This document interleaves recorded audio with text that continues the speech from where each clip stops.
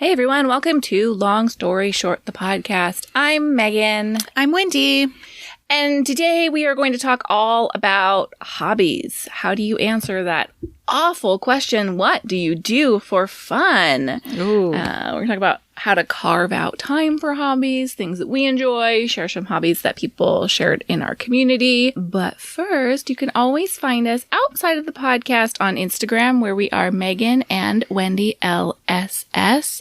And you can hop into our Facebook group, which is Long Story Shorties. You can also sign up for Patreon. Have you signed up yet? Just starting at $3 a month. You can get access to exclusive content we create. And I know if you sign up for our highest tier, you get a special little delivery from us. So join us on Patreon. It's patreon.com/Megan and Wendy.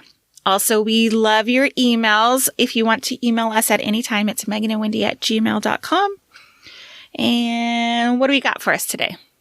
We aren't reading an email this week simply because the emails were more direct feedback to us as opposed to like information to share with the class. But what we do have to read, if you want a super easy, free way to support our show, you can leave a review. And the easiest place to do that is by going to meganandwendy.com/Apple Podcast. That will take you straight to the Apple Podcast system where you can leave a rating and a written review. And to show you just how easy it is, I'm going to read one we received recently from TD Ratliff, which says, I love, love, love Megan and Wendy's friendship and rapport. They are delightful.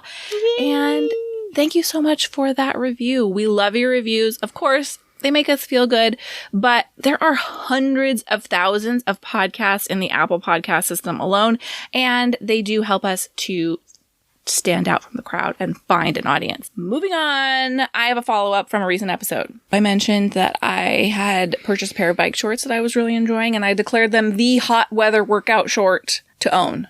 Uh-oh. And this is a good follow-up. So, okay.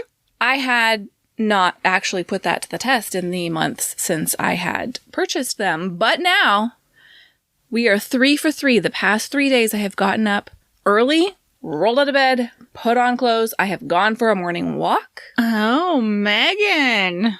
I mean, we're 3 days in. I'm calling that a victory. And I have tried out all of my different workout clothes, and the bike shorts are by far my favorite walking bottom short pant situation. They're the best. What do you put on top with that? I bought an Old Navy oversized t-shirt, but really anything, just any, it's a workout tee from Old Navy. So remember I bought my own bike shorts? I did. They haven't seen the light of day yet, so. Well, this was the first time I had worn mine. Well, that's okay. I feel like we need to do this shorties get moving again challenge. I actually really like that, even though I totally failed at it. But let me tell you, I recently ran into a listener and a shorty at a local park. Hi, Julie. Anyway, she was there walking and she's like, you know what got me started was your shorties get moving challenge. Stop. Or whatever. Yeah, swear to God. I was like, well, that's all Megan. That was not me, but yeah, great. And then I instantly felt bad that I should be doing the same thing instead of just hanging out and watching soccer practice, But that was awesome. I'm glad we influenced somebody. We should bring back Summer Shorties Get Moving. I highly recommend the bike short if you are working out in the summer. I also wore a different pair of shorts that were looser, and they rode up the entire time. Miserable. The bike shorts, they don't ride up. Obviously, there's no leg chafing, but I find a workout pant to be too hot in the summer. So very pleased with the bike shorts. I need more pairs because I am not coming home and immediately doing laundry every day. And this is my goal for the summer, for this to be a Monday through Friday situation. Well, then you need 5 pairs of bike shorts. Then. I do. Right. Yeah. Get it, girl. Last week was our sweaty summer solutions podcast. Yes, ma'am. I know this isn't on our list, but I want to have 2 notes for you. Please. One, my husband listened to it and he's like, I had to dip out. He's like, I just couldn't continue to listen to you guys talk about swamp ass. So I was Crotch sweat. Yeah, I was like, it's not for you anyway. So why are you listening? And he you. goes, yeah. He goes, I like this other stuff. That I go, great. You know. Yeah. The second note is we've never podcasted during the summertime, right? And I'm noticing in my closet today, it's quite warm. Yes. This is going to be when we first started, we would talk about how sweaty we were in the closet. Yeah. Was that September?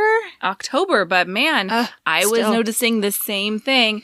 And my closet only has one teeny tiny air conditioning vent. It's always hot in here. It's never gets as comfortable as the rest of the house. So we're in for it. Mine does not have any air conditioning vents. So I am so hot. I just swiped on some deodorant, to be honest. Well, I did order my neck fan. You did? I did. I don't know if you do this, but I add things to my Amazon cart just kind of nonstop. Just as I find things, I just add them and they sit there and I think about them. And what typically happens in our house is then my husband will go and he will want to order something and then he'll be like, do you want this? And it's like 30 random things that I've added based on swipe ups. Like, do you want this gummy bear AirPod case that you have in the cart? So he was like, do you want this neck fan? And I was like, yes, I do. You can take everything else out, but I want the neck fan. So it is arriving tomorrow. I can't wait. Oh my God. Please share that on our Instagram because I'm dying to see it. I want to see it in action. I want to see if it actually cools you down, etc., etc. I can't wait. Oh my God, that's so funny. Okay, so last week we talked about needing breakfast recommendations for my kid who doesn't eat. Well, I did break down and I ordered that Daily Harvest smoothie thing because, as soon as I mentioned it, there it was in my Instagram feed, Facebook feed, emails, everything, right? And they had like a BOGO offer. So I was like, what the heck? I'm going to buy, it's 2 weeks worth, basically, right? It cost me $60, I think, for the 1 week. So $30 for 9. I think I picked 9. So 18 smoothies for $60. Have they arrived? No, they get here next week. I'm kind of excited about it. We're just going to try it. It's not going to be the solution because who wants to drink a smoothie every day? I don't. No, but it will be a piece of the puzzle. Yeah, it will be a piece of the puzzle. I also got a message from listener Sheila who suggested those. She's like, they're not breakfasty and they're not, but those, those little like pre-made packs that have like crackers and cheese and salami and maybe we'll have like, well, I guess it wouldn't be a fruit. I think it's just cheese and salami. Like a protein pack. Yeah. She's like, would your daughter eat these? She goes, I would eat them if somebody put one in front of me. Me too. Absolutely. No, my daughter would not eat those because she would be like, the cheese is weird. It's not the cheese she likes. But it gave me the idea of like making something like that for her to have just pre-made in the refrigerator with things that she will eat. And those like separated, Tupperware containers or Ziploc containers or whatever. And I could put some like grapes or I don't know. So I think I'm going to do some of those too, especially for grab and go in the morning before like she has camp or whatever. So if you guys have any more suggestions, please send them my way. I also pinned a ton of stuff on our Pinterest board. And I will drop a link to that in our show notes. Our Pinterest is pretty dang good. Every time I look at it, I go, there's a lot of good stuff here. So if you're not following us on Pinterest, you should. I agree. I'm going to have to take a look at that because I'm already tired of breakfast and it's not even fully summer here. I mean, I still have kids in school. I need some ideas. And for me, I'm very bad at breakfast for me. I've been eating those perfect protein bars. Yeah, I love those. Taste like a keto, which I like. But those are usually my go-to when I am either running out of the house or I just don't feel like making something, but I'm starting to rely on them a little bit too much. So I need to add some variety to my morning. Speaking of food ideas, our friends, the OKS Moms, have you seen their Instagram lately? Their summer salad series? Yes, I'm obsessed with it. I like messaged them. I was like, you need to share every salad you're eating. This was like before they made it like a series or whatever. I don't know why I'm like oddly obsessed with it. I want to see what kind of salads they're making. But when I make salads at home, they're never good. Like they're never restaurant quality. And I can't figure out why. Maybe I don't have all the ingredients for it. I don't know. So our friend Caitlin, in a Facebook group, there's a food Facebook group that we're in.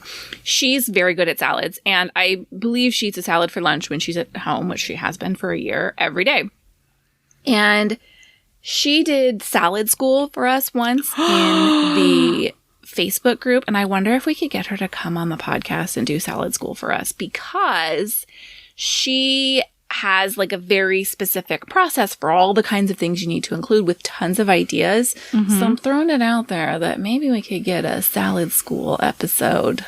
I freaking love that. And I need to know, like, because I hate bag salad. So how can I like pre-prep my salad ingredients? I don't know. I have a friend, I go, oh, that salad looks delicious. And she's like, oh, it's just all what's left over in my refrigerator. And I was like, why don't I have those leftover things? Like, I know people say throw whatever vegetables you have left over. No, that does not work for me either. So I think it needs to be intentional.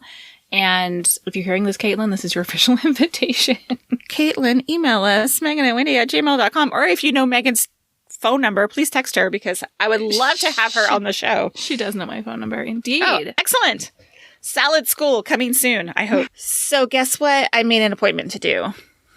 Get your eyebrows microbladed. Oh my God, I love how you know the answer because you see it in our notes. But yes, I'm terrified too. I'm like so jealous. I'm scared. I assume this person has an extensive Instagram where you've seen examples of their work. She does, and I will leave a link to it. If you're local in Orange County and I'm looking for somebody, I will leave a link. Her name is Sarah. She's been doing my brows forever, but she also does microblading too. She's a waxer, and she tints my eyebrows and all that stuff, but she's been doing microblading for years and has tons of education behind it. So I trust her to do it, but I'm just so terrified. I was like, can we please start like so light and then I don't want to work. Yeah. Can she do, because I see a lot of times people go real dark because they have darker eyebrows to begin with, but you and I both have a lighter eyebrow. Mm-hmm. So she can do a lighter look. Yeah, totally. She's like, it's no problem. And she does two different kinds. There's like a shading option, or I think it's called like ombre shading or something like that. And then there's the other where you could do the actual strokes, you know, the hair strokes. And she's like, it's up to you to decide. I was like, I don't want that decision. I can't decide. Ah! So if anybody has had their eyebrows microbladed, I would love to hear about your experience, because I'm just a big chicken. I can't wait. That's my dream every summer, is to not have to deal with my eyebrows and eyelashes. Yeah. I actually think I'm going to go get them tinted next week. I have a friend who's an esthetician, and I reached out to her and said, please. Yeah, that's awesome. And finally, I see your note here. So we have been talking a long time about launching merch. It's coming, guys. It's coming. But Wendy has also wanted to add some, long story short, gifts to Instagram. So talk to me about that. Okay, so you know, I listen back to our podcast. Do you? I know you edit them, so you hear them, but do you actually listen to the final? I don't listen to the final product once it's uploaded. I listen to it all the way through to edit, and typically not again. Okay, so I listen to them, and I noticed that we have some common catchphrases that repeat themselves in episode after episode.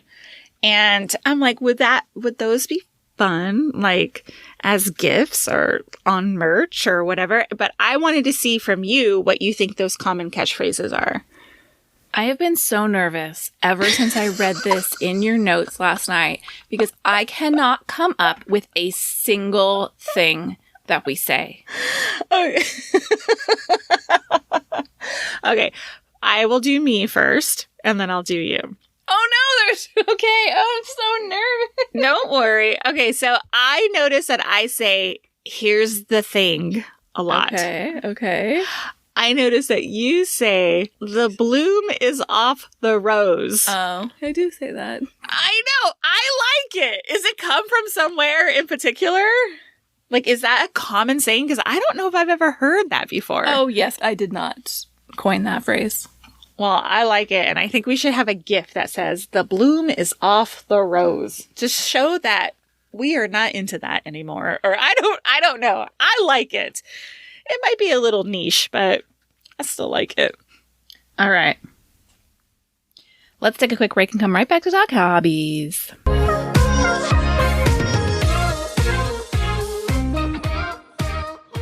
All right, we're back. And this week we wanted to talk about hobbies. And very briefly, I mentioned this at the top of the show, but I hate the question, what do you do for fun? It makes me want to scream because it feels like a quiz. It feels like you're being put on the spot. It feels like you need to have a great answer. And I feel like my answers are never up to par. Like, I don't have exciting hobbies. What if what I want to do for fun doesn't pass muster? Yeah. I don't like that question. Don't ask me. But I think this is especially important to talk about because Wendy and I are both moms. I don't think this applies to just moms, but I think moms and women, we can easily lose ourselves. I know I can. I lose myself in my role in relationship to the rest of the family, right? Mm-hmm, I'm kind of the facilitator of their life. I've especially felt that over the past year. Kind of feel like a cruise director. I'm the record keeper, but often I'm not my own person. And so I think that's why it's especially important to try and carve out your own interests and time to make those interests a reality. Right. And if we have listeners who are moms to younger kids, I know that sounds, carving out time for yourself sounds laughable, right? But it does get better. It does. I mean, we are both moms of tweens and teens, and I find myself with a lot more time on my hands than I once did. For sure. So there will be a day when there is free time for like a job or hobbies or social events or charity work or whatever. It will come. So just know that it will come.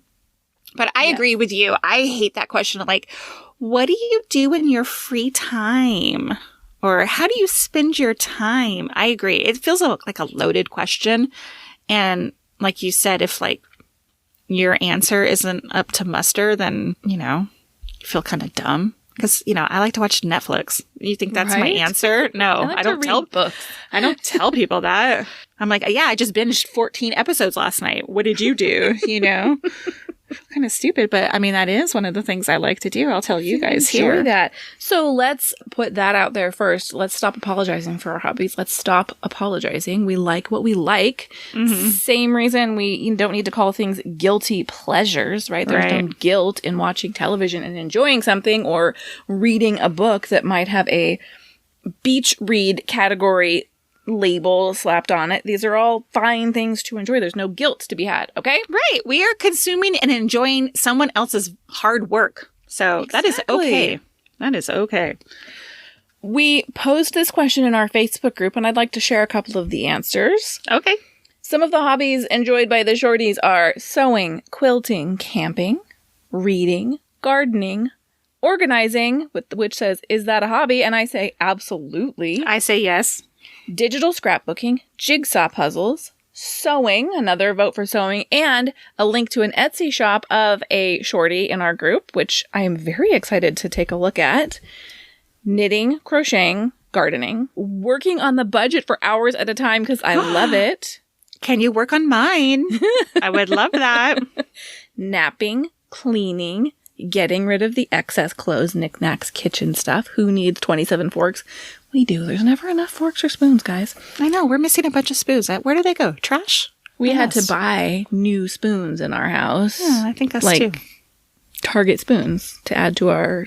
They don't match everything else. Anyway, talking to my grown children and my parents, baking, cooking, napping, walking the dog, cross-stitch, crafting, or at least collecting craft supplies, reading, video computer games, and escape rooms. This is so exciting to me because it is such a wide range. And I like that people were not afraid to say, like, organizing is my hobby. I find joy in that. Working on the budget is my hobby. I enjoy that. I do it more than is necessarily required to keep the house running. Mm-hmm. Right? Mm-hmm. I'm opening up the bag Etsy shop of our shorty. She's got some real cute bags in here, guys. Oh, we'll drop a link in the... Ooh, look at this faux leather clutch. So cute. And it's only $20. What's the name of the Etsy shop? Give her a shout out. Bags by Lisa Slade. All right. We'll drop a link in the show notes too. We will. Okay. Wendy. Mm-hmm. What do you consider to be your hobbies? Okay. Well, Netflix, Hulu, Amazon Prime, all those, right? I also enjoy napping. These are not, I wouldn't call these hobbies though. These are just things I do. Hobbies in particular, I love gardening. I love painting. I very much enjoy organizing things. I love riding my bird and my electric bike. And things I don't make time for, but I wish I did, photography and writing. So those are my hobbies. What That's about a you? good list. Reading, planning trips. I enjoy that actually more than the actual travel. I like planning vacations and where we might go and things we might do and what we might pack. I enjoy shopping. I play bunco monthly with a group of women. Is that a hobby? I think that's a hobby. Sure, of course. I also enjoy painting, but I enjoy a very specific type of painting where it's very directed. I do not want to sit in front of a canvas and come up with an idea on my own. I want to do the paint classes that we do where they walk you through every step and then you have a finished product. I like that. Side note, I have a question for you about painting. Okay. You're watching Housewives of New York, right? Yes, but I'm only 2 episodes in. I'm behind. Okay. In last week's episode, they did a nude painting, like a nude model. Yes. No, I would not do that. Is that the question? Yeah, would you do that? I don't have any interest in that. That's not the kind of painting I like. I like, you like cute paintings. Cute paintings. Big flowers what? And bicycles. And big what? That's right. Yeah, no, me too. But I don't think I could do that either. Like that to me is like fine art, even though I don't think the ladies of New York were seeing it as fine art. But yeah, I love painting too. Okay, go ahead. What else? I like crafting, but again, much like painting, I like crafts that can be completed in the span of an hour or two and have very clear directions involved. Again, I do not like creating my own crafts. I would like to follow these steps and have a finished product at the end. Yeah. Ooh, dining out in restaurants is also a hobby that I do not do nearly often enough, but I like that one. Quite a bit of joy. Like you like trying new restaurants, trying new things at restaurants, that kind of stuff? Or yes. And just being in a restaurant in general. Yeah. I wonder if that would have been an answer pre-2020. It would have been, because it's still something that we don't do nearly often enough, but something that I always enjoy. Like if we're making plans and there's no food involved, I'm out. Oh, you're funny. That's funny. Yeah, I enjoy, like I've always been a long time watcher of, like Top Chef, and I like dining at those restaurants. I'm not a foodie by any means, but I like saying I ate at somebody's restaurant and eating their food. And I enjoy that. I enjoyed that too. I'm going to put that down. Eating. Yes, I like food. I am a live to eat person, not an eat to live person. And I am married to an eat to live person. And of all of the things you should talk about before you enter into a long-term relationship with someone, I do believe that should be one of the things you should discuss, right up there with how are you going to handle finances and what are your thoughts on the division of labor in a household. And how do you feel about air conditioning? Yes. Just kidding. What is your ideal sleeping temperature? Oh my God. So I have a question. Yes. And I want to know, how much time do you put aside or save for yourself in your calendar? Because I know you're a to-do girl. Do you block time off for like, this is me time. I'm going to paint during this time, or I'm going to do crafts or photography or whatever. Do you do that? I typically only do that when I'm doing it with another person. I'm really good about, I try to be good about if you and I make plans, I put it on the calendar, I put it on the family calendar so it's clear, especially pre-COVID, we're going to Timmery. Or I put my monthly bunko on the calendar. Obviously, we hadn't been doing that in person. We finally are doing outdoor bunko again. And that everyone in my family knows. Mommy goes to bunko once a month. I'm out. And I putting it on the family calendar, I feel like makes it, okay, everybody knows it was there. Like nobody else is going to make plans and you guys are going to make it work. My husband's really good about looking at the family calendar, but when we make plans, so he's aware when things are coming up. I'm less good about doing it for, I'm going to sit down and read for an hour, or I'm going to carve out time to paint for myself. Yeah. See, that's, I think the problem is that we tend to push hobby time to spare time. And honestly, when do we have spare time? Right? Or you're going to stay up late. That's your spare time. You know, it's just not. Like, as women, I was going to say as moms, but it's not just moms. As women or parents or full-time working people or whatever, it's hard to find spare time. Well, and I think if you have spare time in your day and you haven't scheduled something that you'd like to do, it's very easy to look at that time and think, oh, well, I could start another load of laundry. I could straighten up the kitchen. I could get ahead on this other thing. And if you haven't put something in that space, I think for me, it's harder to say, oh, I'm going to do something that's just for me right now. I mean, and it's kind of daunting to think like, oh, I'm going to add one more thing to my to-do list, you know? It can be. So I think it's important to like schedule the time. Like, for instance, Fridays are my bird day. That's when I go ride my bird at the park. Like, I look forward to it. It's 90 minutes out of the day and it's amazing. It's like the one thing like I look forward to. It's not the one thing I look forward to, but I look forward to it every week. I think that if you regularly put these, you know, hobby plans on your calendar, then it will become a better habit of making time for it and doing it. Right. And I think if you look at your time right now and you aren't putting any time into things that you enjoy, this is not something that needs to happen every day. Like, Wendy has it once a week, and I think you'd be surprised how much that once a week, I'm not going to say is enough. There could always be more times for things that we enjoy, but is certainly fulfilling. Oh, right? totally. To put that once a week. And if even once a week feels overwhelming, okay, what are you going to do this month? What one thing this month can you add to the calendar that's just for you? Because we understand that work and kids and partners and all those other things, they do take up time. But start with this month and then, okay, now I'm going to do something once a week that's just for me and put it in the calendar. Honestly, with my walking in the morning, that was something we had to work out in the schedule because my husband also runs every morning. And so it had to be a discussion because originally we were trying to do it back to back and it takes up so much time in our morning for both of us to be gone. And I was like, no, this isn't going to work. So we have worked out a schedule so that we can both be out of the house and do what we need to do. I just carve the time out, make the time. It's really easy to put everyone's schedule ahead of yours, and your time is valuable as well. So I have a question about exercise being a hobby. Like, I know that your walk is more than exercise, right? For you. And I don't consider it a hobby. Go ahead. Some people do. But I think some people do. And then I have a hard time with things that are solely productive. Like, there's no leisure in it. So painting, that to me is leisure, whereas gardening feels productive. Does that make sense?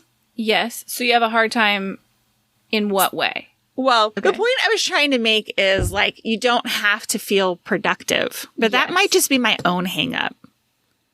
No, I hear what you're saying. Reading to me is not productive. I think we all could use a good lesson in feeling like we need to be productive at all times, and this feeling like our day is not a success if we were not productive, because sometimes the success is, hey, you took care of yourself and you took a break. That is a success. Yeah. You don't need to be producing something all the time. And I think this is a woman thing often. Oh, I didn't do anything in that 2 hours. Like, what was I doing? No, you were taking care of yourself. I can guarantee you that men who are spending a few hours playing golf or going to the gym every day or doing whatever it is never think, oh man, I wasted that 3 hours. So that's a mindset shift, but I don't feel like in my hobby time, like, oh, I need to be productive. I feel okay that this is just for fun. See, well, I will tell you that when I do go on my bird rides, I do feel a little bit guilty because I'm not being productive. But this is something I've been working in therapy on for a long time, is because I'm hung up on always feeling like I have to produce something or be productive.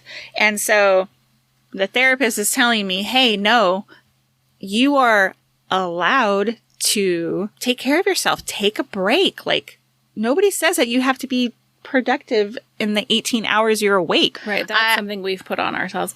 Do you think that comes from the fact that we don't have full-time income producing jobs? I would say that is a factor. Yes. Mm-hmm. Yes. Like, I feel that my job, and I'm air quoting here, is to be a homemaker, and I have to do the stuff around the home and produce around the home because that's what is expected. It's not. I put that on myself. My husband would never agree to that. Like, he would never say that that is what my role is. But yes, that's definitely how I feel because I don't have like an actual, 9 to 5. And I think part of the challenge of people who identify their jobs as, quote, homemaker is that is a job that is never done. There's always something I could be doing at home for my family. There's always more to be done. And so if you identify that way, I think it's really easy to feel that time you're, quote, taking away from that is a negative as opposed to neutral. This isn't time I could be cleaning my house, or time I could be prepping for dinner, or time I could be taking care of business at home, because you are in your home is a full-time 24-hour thing, but taking care of it doesn't need to be. Right. Exactly. And this is what I like is the question is like, would I expect from let's say I put this on my daughter, would I expect for her to be doing school all day long, in all her waking hours? No, I wouldn't expect that. I would expect her to have time to do things that she enjoyed as well, Right. Not that I don't enjoy I don't enjoy taking care of the house. Well, but you enjoy cleaning. You enjoy a clean house. You enjoy the feeling of completion on those things, right? Like, that's the thing with like these morning walks. I don't enjoy it at all. I'm not having fun, but I enjoy how I feel after, both mentally and physically. But no, I would not say homemaking is my hobby. Me either. I enjoy, like you said, I do enjoy cleaning in a clean house, but I would not consider that hobby. Not at all. No. Because I don't want to have that just be my only thing, Well, and think of it this way. If you had the means to have someone come in and clean your house every single day, if you never had to clean your house ever again, that wouldn't take joy away from you because it's the end result that you like. Right. Exactly. As opposed to if you could never ride your bike again, that would take something away from you. If you couldn't ride your bird scooter again, that would be a negative. It's the effect of the clean house that we like. It's not the, oh, I really enjoy this toilet scrubbing. It's, I know I'm going to feel good when this house looks good and smells good. So we would love to hear what your hobbies are and how you carve out time for them. And if you are a parent, is there an age at which you started to feel like you had more time for yourself? I think for me, it was once my kids hit elementary school and, I had some of those free hours during the day where I felt like I could start to get my life back together. But it really wasn't until that point that I started to feel a little bit more like me as opposed to just an extension of my children that's like feeding, cleaning, driving robot in some ways. Totally. Well, I think too, that's like where our YouTube channel was born, right? Didn't we like start creating content because we wanted to share things like reconnect with the women that we are and share those things. Like we have a life outside of being a mom or whatever. I mean, that's what I remember. It felt like a long time ago. Was a long time ago, but that's how I recall this situation. Absolutely. Well, we would love to hear from you. You can always email us at meganandwendy@gmail.com, and we will be right back with Megan and Wendy Approved.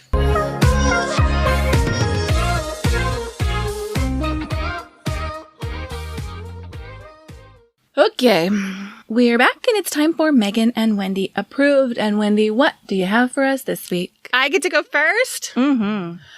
Okay, well, consider I purchased this particular item in March of 2020. So think of where my head was at, okay? They are called the Clean Skin Club Towels. Have you ever heard of these? Are they like makeup erasers? No, they're just a box of towels. They're disposable or reusable? Nope, disposable towels. Okay. They are 100% biodegradable. Biodegradable, that's the word. They are to like dry your face off instead of using like a musty old bath towel that you've used to dry other areas, you know? So they come in a box and I keep them at my, here's the thing. See, I just said it again. Here's the thing. They got lost underneath my sink, if I'm being honest, in the last year. And I just recently pulled them out and I was like, I'll leave these on the sink. And I love using them. They're soft enough that I use them to take off my makeup at night, mascara. And then I wash my face and then I use like the other side to pat it down. And I like them. And then what I do is I wipe my sink down and then I toss it. Nice. I don't wipe the sink down, the countertop. You know what I'm talking about? The splatters of water. Yes, exactly. So I think they're kind of a frivolous buy, to be honest, but I am quite enjoying them right now. Clean Skin Club Towels. I will leave a link. How many come in a box? I don't know. 50 maybe. Okay. That's a lot, right? Are they the size of a full-size paper towel or bigger or smaller? You're asking a lot of questions. They are the size... a little bit smaller than a paper towel size. Okay. They're soft on one side and the other side they're not. All right. They have like a pillowy like texture on one side. I really like them. I just excuse me. It has this thing. I'm such a sucker. It says, think about it. A washcloth is left to air dry each day. As it sits there, it gives bacteria and other microbes a chance to grow and spread. So that's like disgusting, right? So you're drying your face with a nice clean towel. I like it. I mean, I'm definitely using a bacteria-laden hand towel to dry my face. So. I'm going to go toss that in the laundry as soon as we're done here. Totally. I do change it about every other day, but okay. I know, but still. Anyway, whatever. It was March 2020. I was like thinking that there was COVID on everything. So I was like, I need a fresh towel every time to dry my face off. I hear you. There we go. All right. Well, my item is also towel related. And the item that I personally own, I believe I have had since I got married. I think it was a bridal shower gift. It was from my mother-in-law, and the exact name of this item, I would call it a Velcro towel. It is basically a towel that has Velcro strips so you can wrap it around yourself and attach it, and so it stays. Do you know what I'm talking about? Yeah. So I Googled Velcro towel because the brand I have, who knows where it came from 17 years ago. And there are hundreds of them at every price point across the internet. But I found some at Target that are $10, and they are the Bath Body Wrap from the Room Essentials brand, which is kind of like their dorm room style line. But here's why I like it. I do not like to get dressed immediately out of the shower. In the winter, will put on a bathrobe while I get ready. Even when you dry off with a towel, my skin isn't completely dry. And I just don't like to put on clothes immediately. And so in the winter, I put on a big fluffy bathrobe. And in the summer, that's too hot. I do have a lightweight bathrobe, but I like this because it leaves my arms free so I can do lotion everywhere. And it's nice and cool and comfortable. And so I have this towel that I'm not constantly adjusting because the Velcro keeps it up, and I can just kind of get ready in the bathroom while being covered because my children do not have any sensor boundaries. In terms of boundaries is exactly the right word. They do typically stand at the door asking if they can come in now after I've screamed at them one too many times to not walk in to my room because unannounced. Correct. Yeah. Mm-hmm. I like it for the summer. I don't dry off with it. I dry off with one towel and then I grab my Velcro towel and hook it on, and I quite enjoy it. So I just do the tuck with the towel. I do the same thing. Falls off. Really? I do Mine readjust always it fall off. several times, but you're right. If you're drying your hair and you're lifting your arms up, man, I'm going to be naked in 3.2 seconds. Oh, see, that's funny. So I will wear the towel like that and put my makeup on, and then I get dressed, and then I blow dry my hair.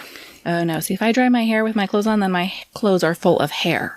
Yeah. I don't have those problems. So, look, yes, a towel wrapped around your body tucked in will do the same work, but if you do any sort of movement, I find that mine get loose and fall down. So this solves that problem. It is, of course, if you have a kid, going to college is also nice because there are often shared bathroom situations, and so they can put this on after the shower, and so they're not in risk of a wardrobe malfunction in the dorm room bathroom. Well, I imagine Target's going to be full of those in the next coming probably month. Dorm room stuff, Indeed. I know that's our line. They'll have more options available. Cute ones, I'm sure. All right, everybody. Thank you so much for joining us this week. We'll be back on Thursday with our review of You Had Me at Aloha, the first in Hallmark's Summer Nights series of movies. Listen, I'm kind of excited for it, only because I have a Hawaii trip on the horizon. So Yes. I just need a little Hawaii in my life. Yeah. I cannot wait. We'll be back to talk about that movie. We hope you will join us. Until then, have a great week, everybody. We'll see you soon. Goodbye. Bye.